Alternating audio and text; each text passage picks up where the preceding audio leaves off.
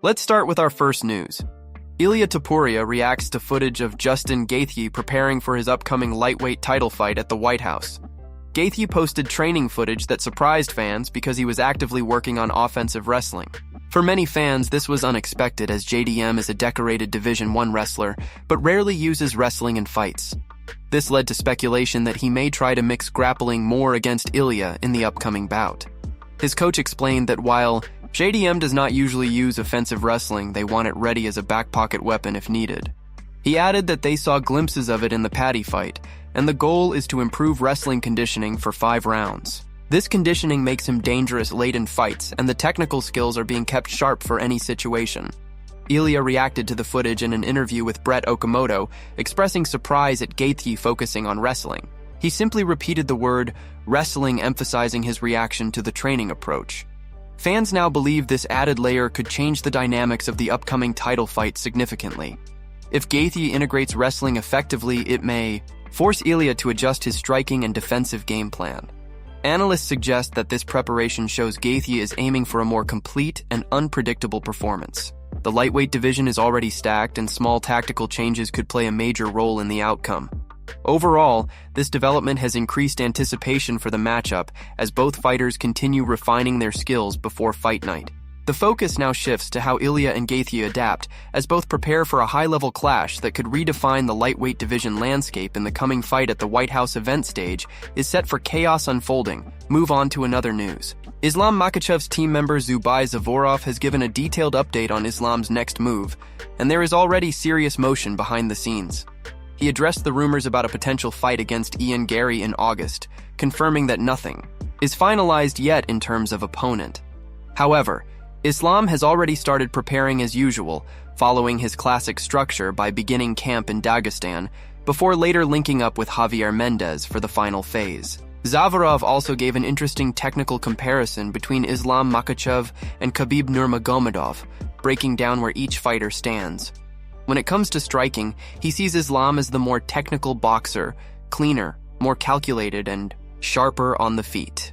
In grappling, he gives the edge to Khabib, especially in terms of pure control and dominance on the ground, where Khabib's pressure and ability to hold positions was on another level. Mentally, he described a key difference in approach, saying Khabib had a relentless, non-stop pressure mindset, always pushing forward without managing pace. Islam, on the other hand, is more strategic. He manages his energy, picks moments, and fights with a more calculated rhythm. Islam's level does not come from nowhere. Every day he is in the gym sparring elite fighters like Usman Nurmagomedov, Godzi, Rabadanov, and others around his weight, all pushing each other. But what really separates this team is how the system keeps producing new killers. One generation builds the next, from Khabib's era to Islam, then Usman, and there are already younger fighters coming up behind them. But the biggest difference shows when you compare Khabib and Islam directly. Khabib's greatest weapon was his mentality. From a young age, he already believed he would become champion, studied fighters, visualized everything, and when he stepped into a fight, he did not think about conserving energy or playing it safe. He went forward non-stop until his opponent mentally broke. That pressure combined with insane conditioning is what made him overwhelming. Islam is different. He is more technical, more calculated, especially in striking and transitions. In a pure boxing match, Islam likely has the edge. In grappling on the ground, Khabib would dominate with pressure. In standing wrestling, Islam's technique could create openings. But once it turns into a grind, Khabib's relentless style takes over. This analysis highlights evolving dynamics inside elite lightweight MMA competition and continues developing. Further now, move on to another news. UFC Baku main event is officially set as Rafael Fiziev takes on Manuel Torres in the headline fight on June 27th. Fiziev is looking to bounce back after suffering a TKO loss to Mauricio Hufi earlier this year, and he enters this bout with pressure to re-establish himself in the lightweight division. On the other side, Torres is coming in with strong momentum, riding a 2-fight win streak, and most recently securing a first-round TKO victory over Grant Dawson at UFC 323. This makes the matchup a classic clash between a fighter looking for redemption and another rising with confidence and finishing power. In the co-main event, Shara Bullet is set to face Michelle Pata in another highly anticipated matchup. Shara Bullet is coming off a unanimous decision win over Marc-Andre Barriault, showing improved control and consistency across 3 rounds. Meanwhile, Michel Pata also brings form into this contest, having most recently earned a split decision victory against Zach Rhee in a closely contested battle. Both fighters are expected to push the pace and test each other's striking and durability inside the octagon. UFC Baku continues to build a strong fight card with matchups that carry real implications for rankings and future title contention. The main event between Faziev and Torres especially stands out due to their contrasting momentum and finishing ability. Faziev will likely need to rely on experience, timing, and tactical adjustments to deal with Torres' aggressive pressure and early finishing threat. Torres, however, will aim to extend his streak and make a statement with another decisive performance. The co-main event also adds depth to the card, with Shara Bullet's striking style expected to be tested against Michel Pata's resilience and ability to stay composed under pressure. As fight night approaches, anticipation continues to grow as fans look forward to a high-intensity event in Baku featuring rising contenders and established names competing for positioning in the division. This event is expected to play a significant role in shaping the lightweight rankings moving forward, as both the main and co-main events feature fighters with momentum and high finishing potential. Fans are also watching closely to see whether Faziev can successfully adjust his game plan after his recent setback, or if Torres will continue his rise with another statement win inside the octagon in Baku event night. Move on to another news. In the most recent UFC interviews, Khamzat and Sean Strickland are telling completely different stories about their gym rivalry, and it's getting messy. From Khamzat's side, he claims Strickland avoided him. According to Khamzat, they had plans through a group chat to train together, but every time he showed up, Strickland would switch locations. One day it was Extreme Couture, then the UFC PI, then back again, always missing each other. Khamzat believes it wasn't a coincidence and hinted that Sean might still be upset because he got the better of him in the gym. Strickland tells a completely different version. He says it all started from a joke he made about Chechnya that Khamzat didn't take well. According to Sean, that led to Khamzat sending text messages, talking trash, and even making threats. Strickland claims he told Khamzat to meet him in person, but says the Chechen never showed up. He also took a shot at Khamzat's image, suggesting he built his reputation as the boogeyman without backing it up in that situation. Khamzat says his friends confronted Strickland about his talk, but Sean said that he's only promoting the fight. Let's dive in. The rivalry has now become a major talking point among fans, as both fighters continue to present opposite narratives about what really happened behind the scenes in training environments. Gym insiders suggest the situation escalated from simple banter into personal tension, with both sides refusing to back down from their version of events. This ongoing dispute has only added more hype to any potential future matchup discussions between them. Analysts believe that regardless of who is telling the full truth, the controversy is increasing public interest and media attention around both fighters. Both athletes remain focused on their careers, but the tension between them continues to grow with every interview and comment released. We are now moving deeper into a storyline that could potentially lead to an in-gym confrontation if paths cross again. The situation highlights how quickly training room disagreements can turn into public rivalries in MMA today. For now, both fighters continue preparing separately, while fans debate who actually controlled the narrative from the beginning. Every new interview adds another layer to the controversy surrounding their relationship and training history. Interest in a possible future clash between Khamzat and Sean Strickland continues to rise across the MMA world. Fans await official confirmation soon. Move on to another news. Max Holloway has given an update on whether he is actually fighting Conor next, as reports continue to suggest the UFC is targeting that matchup for Conor's return. When asked about International Fight Week, Max responded cautiously, saying, maybe, and that he is seeing all the same talk fans are seeing. He admitted he has not heard anything officially yet, but said the timing would not be a bad option for a big fight. Max also added that a fighter is only as good as his last performance, and that momentum matters in this sport, so staying active and resetting after a fight is always important. He was also told that Daniel Cormier mentioned speaking to him and that he may have already started training in preparation for a potential announcement. Max acknowledged that situation, explaining that it is frustrating when nothing is officially signed.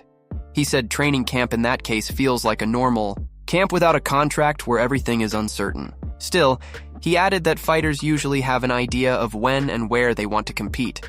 so the work in the gym continues regardless, staying ready for any confirmation from the UFC.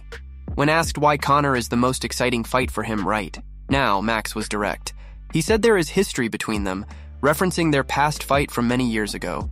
He explained that if someone gets one over him, he always wants the chance to get it back. That motivation is still there, and the idea of running it back makes the matchup even more appealing. Max also pointed out that Conor has been talking about a return and appears to be training seriously again, showing commitment to coming back into competition.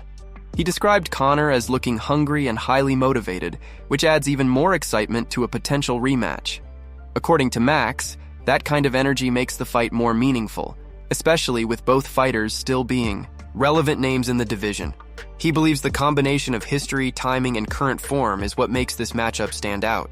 For now, everything remains dependent on official confirmation, but the anticipation continues to build as fans wait for the UFC to finalize Conor's return fight and possibly set up a major showdown with Max Holloway on a big stage soon. On to another news. Paddy Pimblett is catching a lot of heat from fans after his latest comments about the Justin Gaethje loss, with many accusing him of making excuses instead of fully owning the defeat. Paddy admitted that his ego got in the way during the fight against Justin. He said he abandoned the original game plan because he wanted to prove a point, wanted to stand and trade, and wanted to show everyone he could strike at that level, which led him to chase a war instead of fighting smart. According to Paddy, if he had stuck to his fight IQ and followed the original strategy instead of swinging recklessly, the outcome could have been very different. However, a large portion of fans disagreed strongly, saying he was implying he is actually the better fighter despite losing a clear decision. Many believe Justin simply outclassed him on the feet and exposed gaps in his striking that cannot just be blamed on ego or decision-making alone. Paddy also revealed his next opponent, Benoit St. Denis, at UFC International Fight Week, in what is shaping up to be a massive test for him. While fans may never get to see Paddy against Ilya, this matchup is still seen as a major challenge. BSD brings dangerous striking, relentless pressure, and highly aggressive grappling, making him a difficult opponent for anyone in the division. Paddy explained, "To be honest with the last fight, I think a little bit of my ego got in the way. I wanted to knock him out. I wanted to secure a finish and show everyone a highlight performance. But when you're trying to take someone down in the 5th round after they've been damaging you since the early rounds, it becomes extremely difficult." He emphasized the need to go back to fight IQ, back to the game plan, and avoid reckless exchanges moving forward. He also stated he will not reveal his opponent early, as the UFC will announce it in due course, and fans will find out soon enough. Paddy then gave his thoughts on Ilya versus Justin, saying people are already counting Gaethje out. But that is a mistake. He believes Justin still has the ability to surprise everyone, especially in a fight where anything can happen. He added that in a pure fistfight, momentum can swing either way, and anyone can beat anyone on the night. He also suggested that fighting in front of a home crowd could give Justin extra motivation, making him even more dangerous in a high-pressure environment like the White House stage event. Move on to another news. Jorge Masvidal says he now has nothing but love and respect for Ben Askren. As most fans remember, these two had real bad blood for years. They fought back in 2019 where Jorge knocked Ben out with a flying knee in just 5 seconds. Even after that fight, Jorge admitted the tension was still there, and he believed it could still be a problem if they ever ran into each other in public, but things have completely changed. After Ben underwent a double lung transplant last summer, due to a staph infection, Jorge reached out and made amends. He even recently attended Ben's baptism, showing that the rivalry between them is officially over and replaced with mutual respect. Jorge explained that he once considered Ben a foe and a rival, but now sees him as someone he draws inspiration from. He spoke about seeing Ben doing intense training, including long hill sprints, and being amazed by his discipline after everything he has been through. When he learned how severe the infection had become, he said it was shocking, especially knowing how dangerous staph infections can be once they reach the bloodstream. He reflected on how people close to him had also suffered from similar infections, and how often it becomes life-threatening once it spreads. He admitted that at one point, it felt like a near-death situation for Ben. He said he was praying for him and hoping he would recover, especially after learning that Ben had been clinically dead multiple times and had experienced total organ failure before coming back. Jorge also highlighted how Ben's life changed after recovery, noting that he became a God-fearing man despite previously identifying as an atheist. He described the transformation as unbelievable and one of the most extreme recovery stories he has ever seen in sports. He explained that when he was invited to Ben's baptism, he initially thought it might be a misunderstanding or a virtual invitation. But later he realized he was actually being asked to attend in person. He was surprised and questioned why he specifically was invited, calling it a powerful and unexpected moment. Jorge said that attending the baptism made him reflect deeply, and as he arrived, he even felt nervous walking in. He described seeing Ben with his family, friends, and children, and admitted he felt butterflies before entering the house. Despite their violent history, he said the moment marked a complete shift in their relationship, with nothing but love and respect now between them.